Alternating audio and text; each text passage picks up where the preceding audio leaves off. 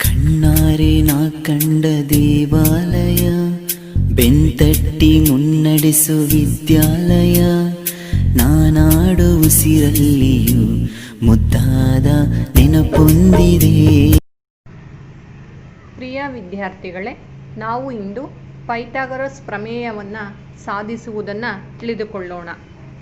ಮೊದಲನೆಯದಾಗಿ ಹೇಳಿಕೆ ಅಥವಾ ನಿರೂಪಣೆ. ಒಂದು ಲಂಬಕೋನ ತ್ರಿಭುಜದಲ್ಲಿ ವಿಕರ್ಣದ ಮೇಲಿನ ವರ್ಗವು ಉಳಿದೆರಡು ಬಾಹುಗಳ ವರ್ಗಗಳ ಮೊತ್ತಕ್ಕೆ ಸಮನಾಗಿರುತ್ತದೆ. ನಾವು ಈಗ ಈ ಹೇಳಿಕೆಯನ್ನು ಸಾಧಿಸಬೇಕಾಗಿದೆ. ಮೊದಲು ನಾವು ಈ ಹೇಳಿಕೆಗೆ ತಕ್ಕಂತೆ ಚಿತ್ರವನ್ನು ರಚಿಸಿಕೊಳ್ಳೋಣ. ಚಿತ್ರವನ್ನು ನೋಡಿ.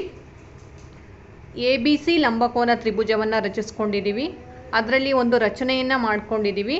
ಏನಪ್ಪ ಅಂದರೆ BP ಲಂಬ ACಯನ್ನು ಹೇಳ್ಕೊಂಡಿದ್ದೀವಿ. ಈಗ ದತ್ತ ತ್ರಿಭುಜ ABCಯಲ್ಲಿ ಕೋನ B = 90 degree. ಸಾಧನೀಯ AC² = AB² + BC². ಇದನ್ನೇ ನಾವು ಈಗ ಸಾಧಿಸಬೇಕಾಗಿರುವುದು. ನೆಕ್ಸ್ಟ್ ರಚನೆಯ ಹಂತ, ನಾವು BP ಲಂಬ ACಯನ್ನು ಎಳೆದಿದೆ.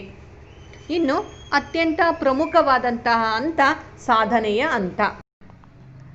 ತ್ರಿಭುಜ ABC ಮತ್ತು ತ್ರಿಭುಜ APBಗಳಲ್ಲಿ ಕೋನ B = ಕೋನ P = 90 ಡಿಗ್ರಿ. ಕೋನ A = ಕೋನ A ಉಭಯ ಸಾಮಾನ್ಯ ಕೋನಗಳು. ಕೋನ C = ಕೋನ B. ನಿಮಗೆ ಇದು ಸೂಕ್ತವಾಗಿ ಅರ್ಥ ಆಗಬೇಕು ಅಂದರೆ ಚಿತ್ರವನ್ನು ನೋಡಿ ಸ್ಪಷ್ಟವಾಗಿ ಅರ್ಥ ಆಗುತ್ತೆ. ದೇರ್ಫೋರ್ ತ್ರಿಭುಜ ABC ಸಮರೂಪಿ ತ್ರಿಭುಜ APB. ಸಮಕೋನೀಯ ತ್ರಿಭುಜಗಳು ಸಮರೂಪಿಗಳಾಗಿರುತ್ತವೆ. ನಾವು ಇದರಂತೆ ಅನುರೂಪ ಕೋನಗಳನ್ನು ಬರ್ಕೊಂಡಾಗ AB/AP = AC/AB. ಓರೆ ಗುಣಾಕಾರವನ್ನು ಮಾಡಿದಾಗ AB × AB = AP × AC. AB × AB = AB² AP × AC.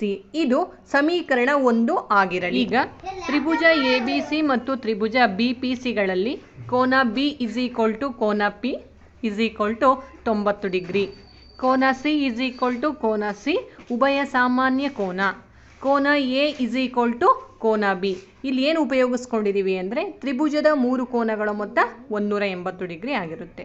Therefore ತ್ರಿಭುಜ ABC ಸಮರೂಪಿ ತ್ರಿಭುಜ BPC. ಸಮಕೋನೀಯ ತ್ರಿಭುಜಗಳು ಸಮರೂಪಿಗಳಾಗಿರುತ್ತವೆ. ಈಗ ಈ ಎರಡೂ ತ್ರಿಭುಜಗಳ ಅನುರೂಪ ಬಾಹುಗಳ ಅನುಪಾತಗಳನ್ನು ಬರೆದುಕೊಳ್ಳೋಣ. BC/PC = AC/BC. ಓರೆ ಗುಣಾಕಾರ ಮಾಡಿದಾಗ BC × BC = PC × AC.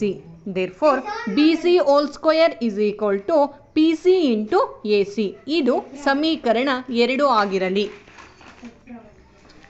ಈಗ ಸಮೀಕರಣ 1 ಮತ್ತು ಸಮೀಕರಣ 2 ಕೂಡಿದಾಗ AB² + BC² = AP × AC + PC × AC. AB² + BC² = ಎರಡರಲ್ಲಿಯೂ AC ಸಾಮಾನ್ಯವಾಗಿದೆ. ಅದನ್ನು ಹೊರಗಡೆ ತೆಗೆದಾಗ AC × AP + PC. AB² + BC² = AC × AC. ಇದು AC ಹೇಗೆ ಬಂತಪ್ಪ ಅಂದರೆ ಚಿತ್ರವನ್ನು ನೋಡಿ. ಅಲ್ಲಿ AP ಮತ್ತು PCಗಳನ್ನು ಕೂಡಿಸಿದಾಗ ನಮಗೆ AC ದೊರೆಯುತ್ತದೆ.